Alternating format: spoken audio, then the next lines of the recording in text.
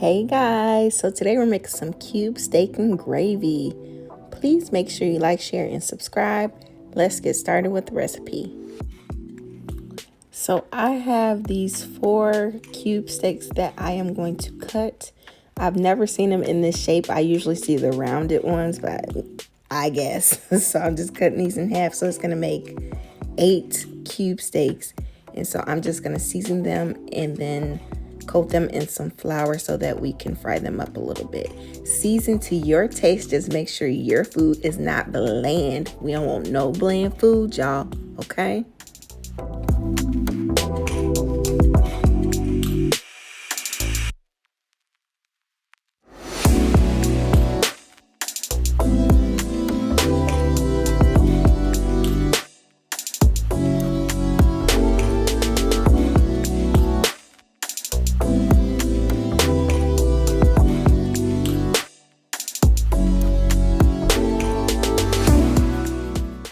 Cube steaks was one of those things my granddad would make when I was growing up, and I just loved it. When he made the cube steak, he would make it with the mashed potatoes. I think we had some fried corn with it. Like, granddad used to hook it up, y'all. And so we didn't have it like that often, and I really don't even see this at the store that often. But when I saw it, I was like, okay, I gotta make me some cube steak today. And so again, I'm just seasoning it to my taste, and you do it to your taste. And then you're going to coat it in this flour, and then we're going to fry it on the stove in a skillet. It's kind of like you're smothering it, basically. And I mean, similar process to Salisbury steak, except for with the Salisbury steak, you don't coat it in the flour, but the flour is going to help with your gravy. And so you're going to brown these on both sides. You're not going to cook it all the way through, just brown it on both sides. And then you're going to remove these from the pan and then do your other batch, depending on how many you're making. And so now that I've browned all of my cube steaks, I'm working on my gravy. So I'm adding in 4 tablespoons of butter. No need to clean the pan. And then I'm going to add in my flour. I will be sure to add the ingredients to the description box below.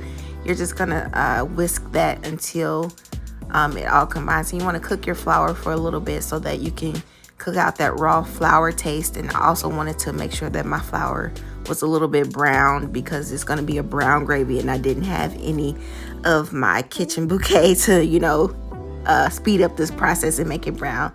And so now I am adding in some beef broth.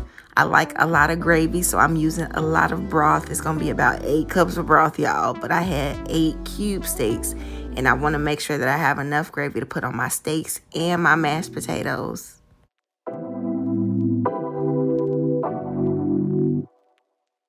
And you want to add your broth in slowly to prevent lumps. So you add a little bit, whisk it together, and just keep whisking so that you do not get lumpy gravy. If you do, it's okay. Just make sure you strain your gravy to get them lumps out, okay?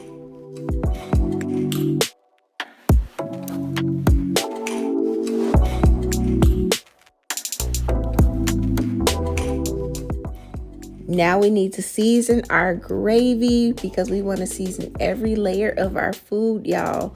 We don't want our gravy to be bland because that's going to mess up the whole dish. So season to your taste. Just make sure it's not bland. Don't be afraid to season your food.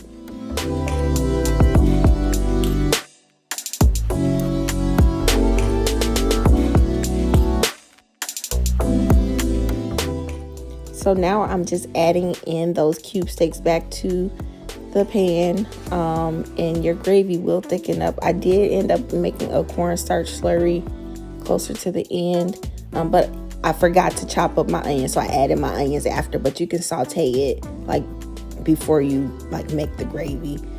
And right here, I am just skimming the fat off of the gravy. The meat created a lot of fat, and of course I used butter, so in there was probably some oil in the pan too. So I'm just skimming the top for that oil because we don't want that in our gravy, y'all. So if you see a layer of fat on top of your gravy, just skim it off.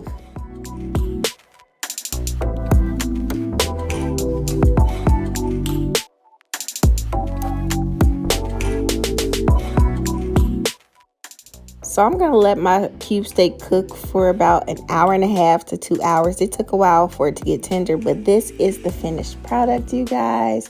I just garnished it with some green onion. I'm going to serve it with some creamy mashed potatoes and some spinach. I have several videos. You can make some mac and cheese or whatever, some rice.